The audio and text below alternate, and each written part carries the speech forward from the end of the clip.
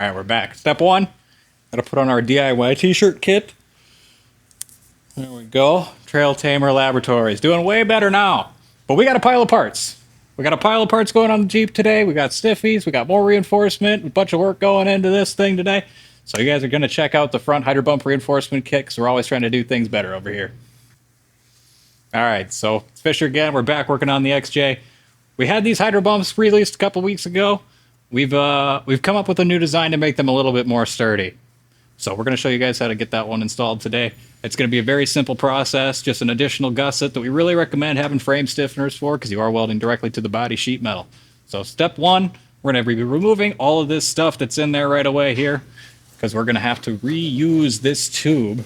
Just cutting it down a little bit further so we can reuse the tube. Make sure that we've got everything nice and situated, strong, so you can rely on this for years to come. A little bit of anti-seize goes a long way. So for those of you who do not already have the hydro bumps, this is your factory coil tower. There's a bunch of tack welds, a little bit of spot welds all throughout the top here. These are all going to have to be ground down and cut off so you can get this thing out of there for full installation of the new gussets. So we're going to get that all smoothed out, cut off right now.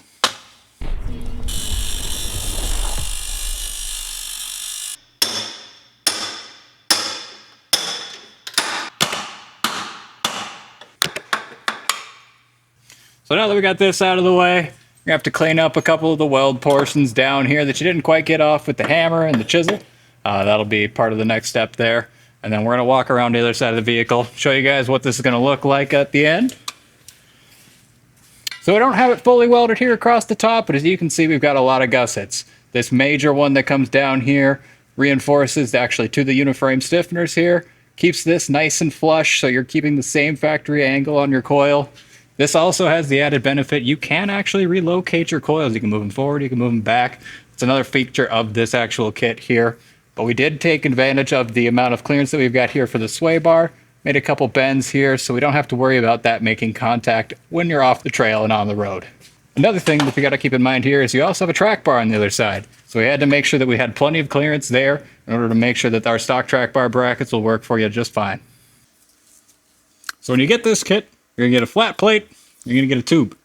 The flat plate will have to be bent by you. Pretty easy to do in a bench vise. We've got a lot of relief here that you're going to be able to weld back together just to make it much easier to bend. Since it is 1/4 inch and we know you guys don't have specialized press brakes, or at least most of you, we got a flat plate, helps with shipping costs as well as part product costs. So it's going to be a nice, inexpensive way to get the hydro bumps installed securely into the front of the vehicle.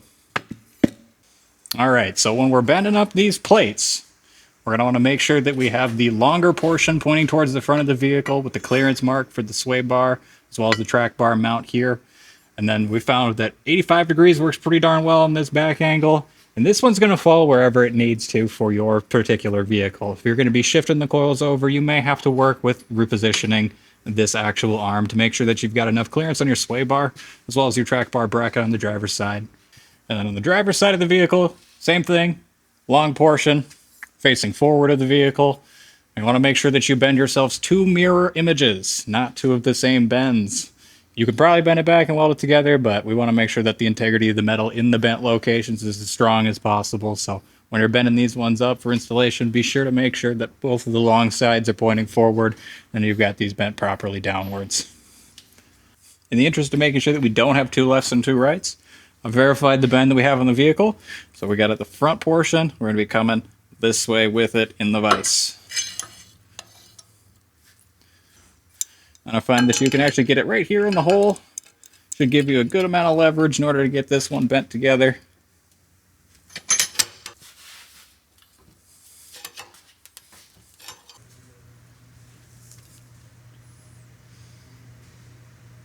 Good enough! Again, with the adjustable hammer.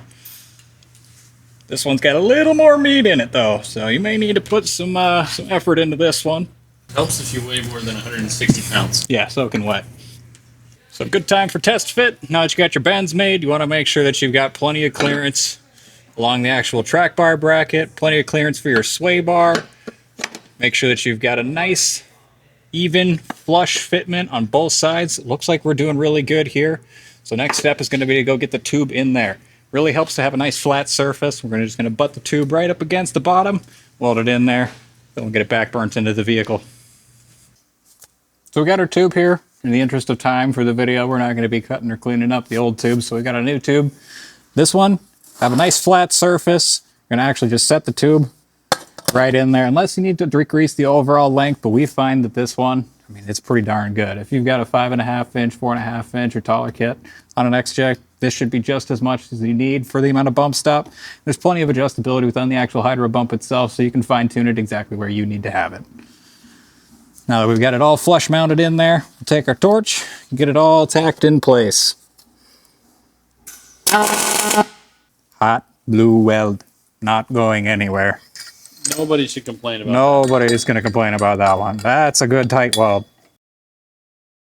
that. Have you been practicing? Oh, I've been practicing. We've been welding on the Jeep nonstop. I'm ready to be done. I'm ready to wheel.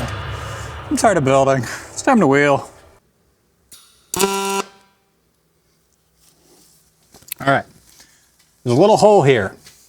We've noticed that when we're pulling the hydro bumps out, this little hole is causing us some issues. We're getting some water in the hydro bump tubes. So I'm gonna try ahead, I'm gonna weld that shut. So we don't have any more water in there. We don't want any corrosion, damage to the Schrader valve. We're gonna try and get that all closed up here. Put a little washer on the frame, get myself a little bit of a better ground. Hopefully this helps. So a couple more tools before we go ahead and move this together. We were able to get that fully closed with weld. So that'll prevent any water from getting into the actual hydro bump tubes. And then we're going to get the angle box out again. We're going to go ahead and set it on the lower spring mount. Go ahead and make sure that's zeroed out. Double check up top here. Get that as close to zero as you possibly can so we know we're actually setting these coil springs nice and even. We're not going to have any sort of coiled bow issues due to bent spring pads. That's going to be a little bit different for everybody depending on your lift height, so we suggest taking a measurement from the spring pad all the way up to the top of the mount beforehand so you know exactly where you are at ride height. This is going to be our ride height for 6.5 inches on my vehicle, so we've got it all leveled out so we know the spring's going to stack nice and straight. I'm going to put that up in its home. And since I'm not moving the coils, I can actually use that little weld hole that I dimpled out earlier to make sure that these get placed into their homes. And from here, grab your angle box. I want to verify that that is back at your 0 point. And if you wanted to stretch your axle, you can always move this a little forward. You can move it a little back. All right, so we've done something a little bit different here since the last shot. We've actually got the bump stop pinned in place by the weight of the vehicle. We've got it just a little bit of preload on here, so that allows us to adjust the actual bump stop position where it's going to be landing on the pad down here. So the way we've got it set up, if I needed to move it a little bit more inboard, we could give it a little bump on the inside, a little more outboard, bump on the outside, a little forward, a little bit, a little back. So it gives us a little bit more wiggle room to position this exactly where it needs to land to make sure that we've got a nice happy coil, a nice happy bump stops. But there, right there, that looks pretty darn good to me. It's good and centered in the middle of the pad, so we know it's got a nice strong surface to land on. We're not going to be beating anything up too bad. We're going to be using the full stroke of the hydro bump without any problems. Now we're going to weld. It's time to weld. More welding. Well, we managed to get that weld. Pretty proud of that. But I also did that weld. It's structural.